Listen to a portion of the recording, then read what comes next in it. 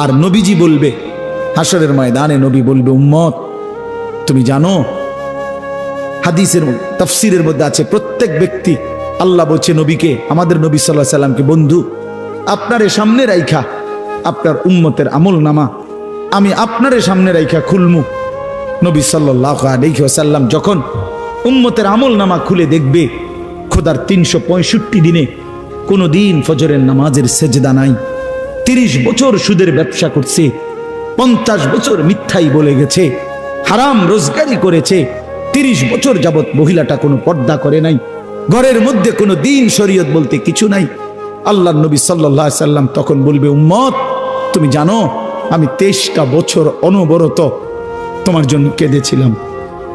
আমি সেই নবী, যে নবী সারা রাত এশার নামাজের পরে দাঁড়াইছি ফজরের আজান পর্যন্ত এক দাঁড়ানোতে চোখের পানি ফেলে উম্মতের জন্য দোয়া করছিলাম।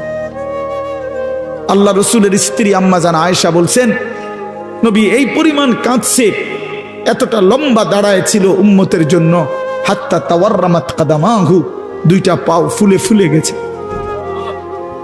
আল্লাহ নবী বলবেন, উম্মত আমি 23 বছর কাঁদছি রে, প্রতিটা রাত কেঁদেছি, দিন কেঁদেছি। আমি এই পরিমাণ, পিঠটা খুলে দেখাবে চাদর সরিয়ে, আমার উম্মত আমার পিঠটা দেখো, তায়েফের পাথরের আঘাতে আমার পিঠ কি পরিমাণ ছিদ্র ছিদ্র হয়ে গেছে। আমি সেই নবী, যে নবী তোদের জন্য পেটে ক্ষুধার কষ্টে পাথর ভাঙছিলাম 2টা। আমি উহুদের ময়দানে দান দান শহীদ করে রক্ত মাখা শরীর নিয়ে বেহুশ হয়ে লম্বা সময় পড়েছিলাম। আমার ঘরের চুলায় 3 মাস, হাদিসে আছে আম্মা জান আয়েশা বলছেন, নবীজির ঘরে আমরা 9 জন বিবি। উনি বলছে আল্লাহর কসম 3 মাস, কোনো দিন টানা 3 মাসে কোনো দিন আমাদের ঘরের চুলায় 9 জন বিবির ঘরে কারো ঘরের চুলায় কোনো দিন আগুন জ্বলে না। 3 মাস খেজুর আর পানি দিয়ে আমরা জিন্দেগি কাটাইছি।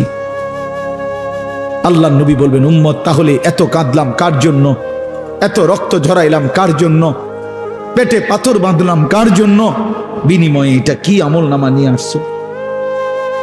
ছেলেরা বলো, ভাই একটা ছেলে বলো, রাসূলুল্লাহ সাল্লাল্লাহু আলাইহি ওয়াসাল্লামের সুপারিশটা একটা মামুলি ব্যাপার।